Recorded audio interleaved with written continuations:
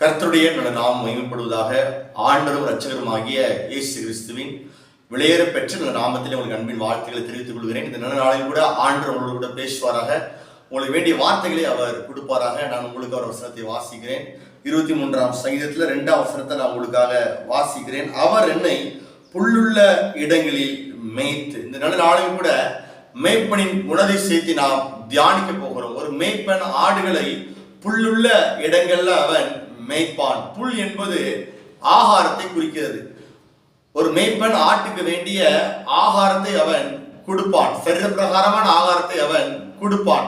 சிங்கி குட்டிகள் தாழ்ச்சி அடைந்து பட்டினியா இருக்கும் கர்த்தரை தேடுகிற பிள்ளைகளுக்கு ஒரு நன்மையும் குறைபடாது என்று சொல்லி வசனம் சொல்வது பிரகாரம் ஒரு மேய்ப்பன் ஆட்டுக்கு வேண்டிய எல்லா தேவைகளையும் அவன் சந்திப்பான்.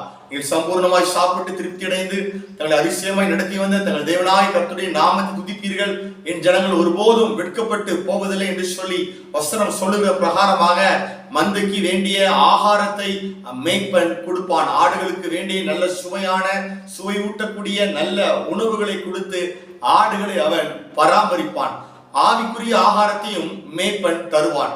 சபைக்கு வரும்போதெல்லாம் ஆண்டவர் நம்மோடு கூட பேசுகிறார். நமக்கு வேண்டிய வார்த்தைகளை அவர் தருகிறார். மனுஷன் அப்பத்தினால் மாத்திரமல்ல, தேவனுடைய வாயிலிருந்து புறப்படுகிற ஒவ்வொரு வார்த்தையினாலும் பிழைப்பான் என்று சொல்லி வேதம் சொல்லுகிறது. ஆண்டவர் நமக்கு சரீர பிரகாரமான ஆகாரத்தை தருகிறார். அதே நேரத்தில் ஒரு மேய்ப்பனானவர் நமக்கு ஆவிக்குரிய ஆகாரத்தையும் அவர் கொடுத்து நம்மை திருப்தியாக்குகிறார். வசனமாகிய ஆகாரத்தை அவர் கொடுக்கிறார்.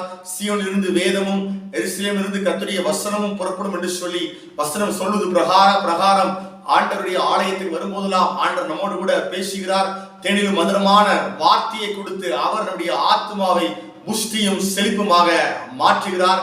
மேய்ப்பன் ஆடுகளை புல்லுள்ள இடங்களில் மேய்க்கிறார். ஆண்டவர் தாமே ஆசீர்வதிப்பார்.